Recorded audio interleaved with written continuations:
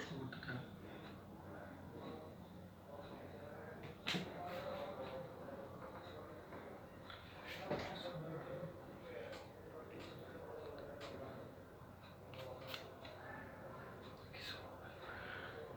শুধু দর্শক, আজ আমরা এসেছি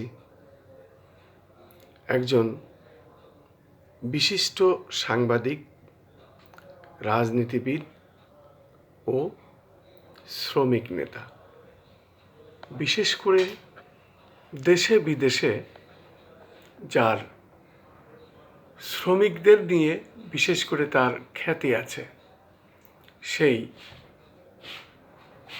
বজলুর রহমান বাবলু সাহেব। আমরা তার কাছে আজ এসেছি এবং সেখানেই আমরা দেখতে পাচ্ছি বিশেষ করে তার যে শ্রমিকদের নিয়ে আন্দোলনের যে কথাগুলো ব্যানারে, তার পোস্টারে, ঢাকা সহ প্রত্যেক জেলায় যেটা আমরা দেখতে পারি সেই ধরনের একটি পোস্টারও আমরা দেখলাম তার অফিসে। পাশাপাশি বজলুর রহমান বাবলু সাহেবের কাছে আমাদের আজকে বিশেষ একটি প্রশ্ন, যে কারণে আপনার কাছে আসা। এই রানা প্লাজা ট্র্যাজেডি বাংলাদেশ তথা বিশ্বের কাছে একটি গুরুত্বপূর্ণ বিষয়, যেটা এক যুগ আজ পূর্তি হচ্ছে। এক যুগ আগের কথা আমরা বলছি। রানা প্লাজায় যখন আমরা গিয়েছিলাম, যখন শ্রমিকরা ওখানে বদ্ধ ছিল, তাদেরকে যেভাবে উদ্ধার করা হচ্ছিল, এবং এই ট্র্যাজেডির পর থেকে বিভিন্ন সংগঠন আমরা দেখেছি এবং শুনেছি, পেপার পত্রিকাতেও এসেছে, বাইরের বিভিন্ন সংস্থা থেকে অর্থ এসেছে এবং এই অর্থের যথাযথ মূল্যায়ন হয়েছে কিনা এই বিষয়ে আপনি সরাসরি দেশবাসীর উদ্দেশ্যে আপনি বলবেন। যেহেতু আপনি একজন শ্রমিক নেতা, আপনার যেহেতু কথাবার্তার ভিতরে অত্যন্ত পরিষ্কার পরিচ্ছন্ন, সকলেই জানে কোনো দুর্নীতির সাথে আপনি নাই, পরিষ্কার কথা। যদি কেউ থেকে থাকে আপনি গোপন করবেন না। ধন্যবাদ। দুর্নীতি বিষয়টা প্রকাশ করা এটা রাষ্ট্রের দায়িত্ব, রাষ্ট্র সেটা ব্যবস্থা নেবে। আমি প্রথমেই আমার সেই রানা প্লাজার শ্রমিক ভাই বোন 24শে এপ্রিল যে নিহত হয়েছে তাদের প্রতি গভীর আত্মার প্রতি আমি আত্মার শান্তি কামনা করছি, সুখ, এবং যারা আহত আছেন, যারা এখনো পঙ্গুত্ব বরণ করে কর্মহীন অবস্থায় রয়েছেন, তাদের দ্রুত সুস্থতা এবং ভালো থাকার এবং তাদের প্রতি সহমর্মিতা জ্ঞাপন করছি। আপনি যে প্রশ্নটা করেছেন এই প্রশ্নটা অত্যন্ত জটিল। 24শে এপ্রিল আজকে এক যুগ পার হতে যাচ্ছে। সেই দিন রানা প্লাজা যেভাবে ধ্বংস হয়েছে, ভেঙে পড়েছিল, সেই ধ্বংস এবং ভেঙে পড়ার পিছনে যারা দোষী দায়ী ব্যক্তি, তারা এখনো সব দায়ী ব্যক্তিরা আইনের আওতায় আসে নাই। তৎকালীন সময়ে অনেক রাজনৈতিক প্রভাবশালী ব্যক্তি বা আমলারা দলীয় লেজর ভিত্তি করতে গিয়ে যারা ওই বিল্ডিংটা কাজ করতে সাথে সম্পৃক্ত রয়েছিল, তারা তাদের ক্ষমতা, অর্থ বিত্তের কাছে আইনের ফাঁক ফোকর দিয়ে তারা এখনো চলেছে, বের হয়ে গেছে। আমি মনে করি এই মুহূর্তে একটি অন্তর্বর্তীকালীন সরকার যেহেতু রয়েছে, আমি চাই তাদের মাধ্যমে ওই দায়ী ব্যক্তি, প্রকৃত দায়ী ব্যক্তিদের বা দোষী ব্যক্তিদেরকে আইনের আওতায় সম্পৃক্ত করা হোক এবং তারা একটা বিচারের আওতায় নিয়ে সুষ্ঠু বিচার কামনা করছি। আরেকটি বিষয় হলো, আপনি যে প্রশ্ন করেছেন অর্থ। সারা বিশ্ব যখন রানা প্লাজা ধ্বংসের শ্রমিকদের নিহত আহতর এই চিত্র দেখে মানে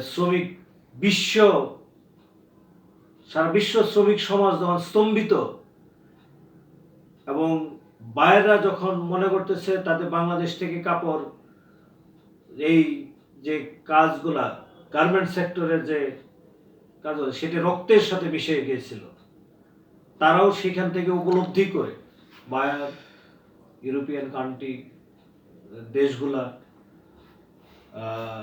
এবং বড় বড় মানবিক যারা মানবতার স্বার্থে সাহায্য সহযোগিতা করে থাকে সেসব বড় বড় ডোনার এনজিও প্রতিষ্ঠান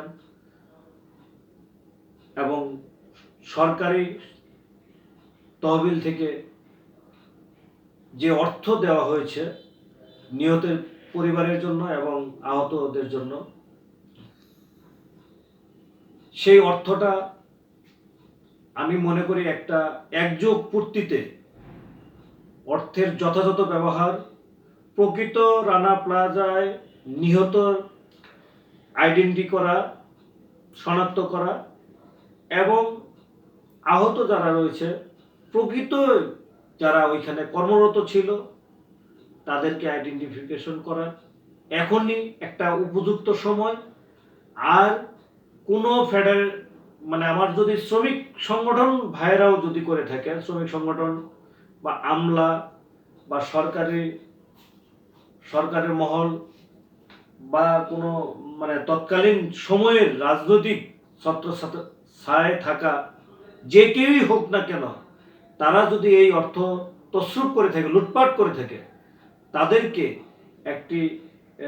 তাদেরকেও এই দুর্নীতি এবং অর্থ লুটপাটের কারণে এই নিহত এবং আহতদের যে অর্থ লুটপাট করেছে তাদেরকে আইনের আওতায় এনে শাস্তি দেওয়া উচিত। এর জন্য আমি দাবি রাখব, যেহেতু এই প্রশ্নটা বারবার আসে, আপনিও আজকে করলেন, সেই জন্য একটি শক্তিশালী তদন্ত কমিশন করে প্রকৃত দোষী ব্যক্তি এবং অর্থ লুটপাট করছে যারা নিহত এবং আহত, যাদের জন্য প্রযোজ্য অর্থ, সেই অর্থ যারা লুণ্ঠন করেছে, যদি অনিয়ম করে থাকে তাদেরকে আইনের আওতায় আনো এবং তাদের বিষয়ে এখানে সরকারের কাছে জমা রাখুক এবং জনসম্মুখে সেই বিষয়টা উত্থাপন করুন, প্রকাশ করুন, যেন রাষ্ট্রের সবাই জানতে পারে, সারা দেশের শ্রমিক জানতে পারে যে এখানে কি হয়েছে, এই 12 বছরে কি হয়েছে, এবং সারা বিশ্বের শ্রমিক সমাজ জানতে পারুক যে এই রানা প্লাজা নিয়ে কিভাবে ব্যবসা বাণিজ্য হয়েছে। কারণ গত সরকারের সময় এমন কোনো জায়গায় নাই যে লুটপাট হয়নি, দুর্নীতি হয় নাই, সেইটা আমরা বেশ ভালোভাবেই জানি। এইখানেও যে হয় নাই সেটা আমি সঠিকভাবে বলতে পারবো না, তবে বলতে গেলে একটা তদন্তের মাধ্যমে প্রত্যেকটা বিষয় চুলচেরা বিশ্লেষণ করলে আমরা জানতে পারবো। আমার মনে হয় আপনার প্রশ্নটাও সঠিক রয়েছে। আমি বর্তমান অন্তর্বর্তীকালীন সরকারের কাছে এই দাবিটাই রাখবো, একটি শক্তিশালী রানা প্লাজা নিয়ে, এবং কি পাশাপাশি তাজরিনকেও নিয়ে আমি বলবো, তাজরিনকে নিয়ে এটা একটা তদন্ত কমিশন গঠন করা হোক। এই কমিশন তাদের সুপারিশমালা এবং প্রকৃত চিত্র তুলে ধরবে। ধন্যবাদ। আপনাকে অনেক অনেক ধন্যবাদ। সুপ্রিয় দর্শক, শুনলেন একজন শ্রমিক নেতার কথা, তার স্পষ্ট ভাষা। তার কথা হলো একটি অন্তর্বর্তী সরকার, যেটা এদেশের ছাত্র জনতার তাদের আন্দোলনের ফসল, এবং সেখানে অন্তর্বর্তী সরকার এটা দেখছেন। এই আমলে স্বচ্ছতা রাখার জন্যই উনি বলছেন যে একটি কমিটি করা হোক, যেহেতু কোটি কোটি টাকা এই রানা প্লাজার নামে আনা হয়েছে, সেই টাকা তছরূপ হয়েছে, সেই টাকা কে বা কারা খেয়েছে, এদেরকে আইনের আওতায় আনার জন্য একজন শ্রমিক নেতা তার বলিষ্ঠ বক্তব্য আমরা শুনলাম। এর জন্য আজকে এই বদিউর রহমান বাবলু সাহেবকে আমরা অসংখ্য অসংখ্য ধন্যবাদ জানাচ্ছি আমাদের চ্যানেলগুলির পক্ষ থেকে। আপনার স্বচ্ছতা জয়ী হোক, আপনার স্বচ্ছতা কামিয়াবি হোক, অন্তর্বর্তী সরকার এটা গ্রহণ করবে বলে আমরা আশা ব্যক্ত করছি। আমি খন্দকার মাসুদুজ্জামান, আপনাকে আপনাকেও অনেক অনেক ধন্যবাদ।